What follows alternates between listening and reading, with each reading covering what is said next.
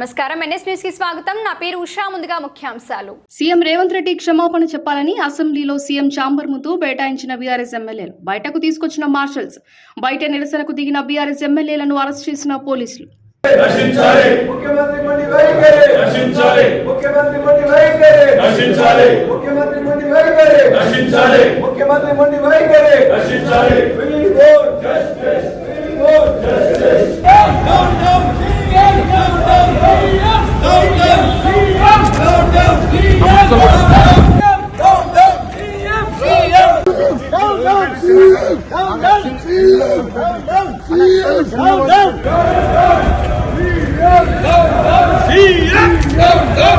తెలంగాణ ఆడబిడ్డల్ని అవమానించిన ముఖ్యమంత్రి వెంటనే తెలంగాణ ఆడబిడ్డల్ని అవమానించిన ముఖ్యమంత్రి వెంటనే క్షమాపణ చెప్పాలి.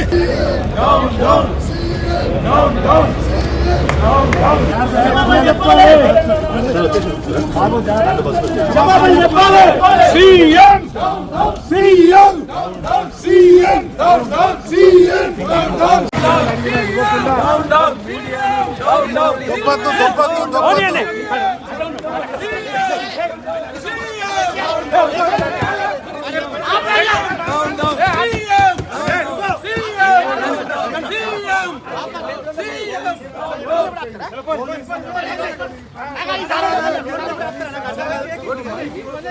శాసనసభలో గొంతులు పడ్డా ఉన్నారు.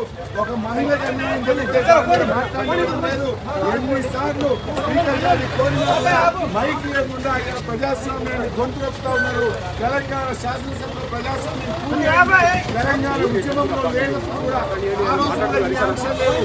తెలంగాణ ఉద్యమంలో లేని ఆంక్షలు ఈ రోజు తెలంగాణ శాసనసభలో చూడడం నిజంగా చాలా దురదృష్టకరం. ఈ రోజు ప్రజాస్వామ్యం